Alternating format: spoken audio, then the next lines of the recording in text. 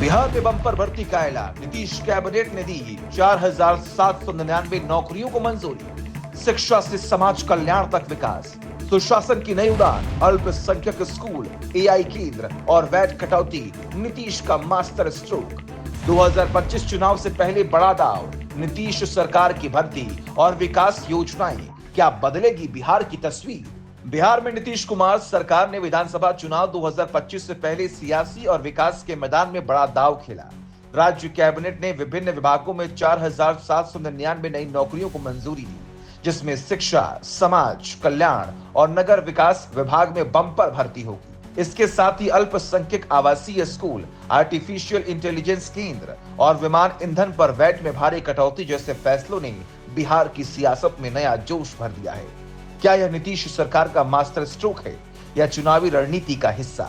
आइए जानते हैं इस कैबिनेट बैठक की पूरी कहानी। नीतीश कैबिनेट 4,799 नौकरियां, शिक्षा में 2,361 पद।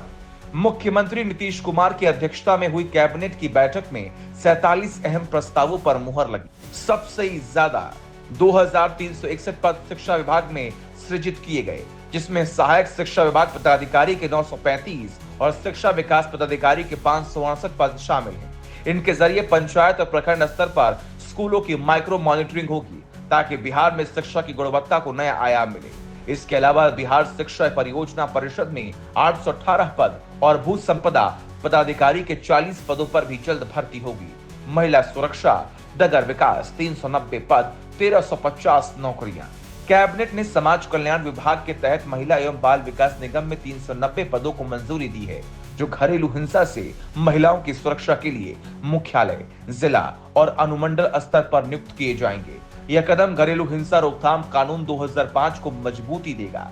नगर विकास एवं आवास विभाग में 1350 पद सृजित किए गए, जिसमें बोधगया, गया, राजगीर, बिहार शरीफ, आरा, मुजफ्फरपुर और सहरसा के आयोजन क्षेत्र प्राधिकारों में 147 पद प्रत्यार्पित होंगे। सामान्य प्रशासन विभाग में 15, लोक स्वास्थ्य अभियंत्रण विभाग में 28 और राजभवन में 2 चालक पदों को भी मंजूरी मिली है।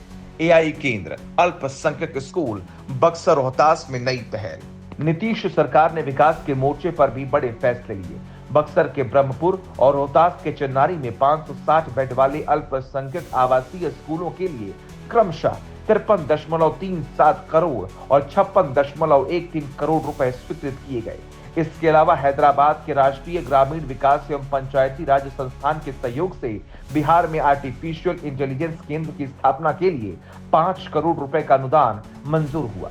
विमान ईंधन पर वैट दर को 29% से घटाकर 4% करने का फैसला भी लिया गया, जिससे हवाई संपर्क को बढ़ावा मिलेगा।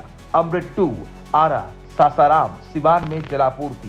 कैबिनेट ने अमृत 2 योजना के तहत आरा, सिवान और सासाराम में जलापूर्ति परियोजनाओं के लिए क्रमशः 138.26 करोड़, 113.28 करोड़ और 76.44 करोड़ रुपए मंजूर किए। औरंगाबाद में 497 करोड़ रुपए की लागत से 196 किलोमीटर का सीवरेज नेटवर्क और 8 पंपिंग स्टेशन बनाए जाएंगे, जो 24,000 घरों को जोड़ेगा। सिवान में 367 करोड़ रुपए में 128 किलोमीटर की सीवरेज नेटवर्क और सासाराम में 455 करोड़ रुपए से 205 किलोमीटर का नेटवर्क तैयार होगा। गया में सुजाता बाईपास के 2.45 किलोमीटर हिस्से को 4 लेन बनाने के लिए 37.83 करोड़ रुपए की स्वीकृति दी गई है। नीतीश का दाव, भर्ती और विकास से सियासी जोश। 2025 के विधानसभा चुनाव से पहले नीतीश सरकार का यह फैसला सियासी हलकों में चर्चा का विषय बन गया है।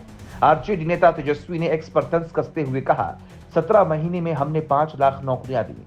नीतीश सरकार अब वोट के लिए भर्ती का ढोंग कर रही है। दूसरी ओर नीतीश सरकार के मंत्री विजय कुमार चौधरी ने जवाब दिया, 12 लाख नौकरियों का लक्ष्य पूरा करने की दिशा में हम तेजी से बढ़ रहे हैं। क्या यह भर्ती और विकास योजनाएं बिहार की जनता का भरोसा जीत पाएगी या विपक्ष इसे सियासी हथकंडा बताकर घेरेगा? यह थी नीतीश कैबिनेट के ताजा फैसलों की पूरी कहानी। बम्पर भर्ती, अल्पसंख्यक स्कूल और एआई केंद्र के जरिए नीतीश सरकार ने बिहार में नई उम्मीद जगाने की कोशिश की है। क्या यह सियासी मास्टर स्ट्रोक बिहार की तस्वीर बदलेगा? यह तो वक्त ही बताएगा। बिहार की हर खबर के लिए बने रहिए आदर्श भारत टीवी के साथ।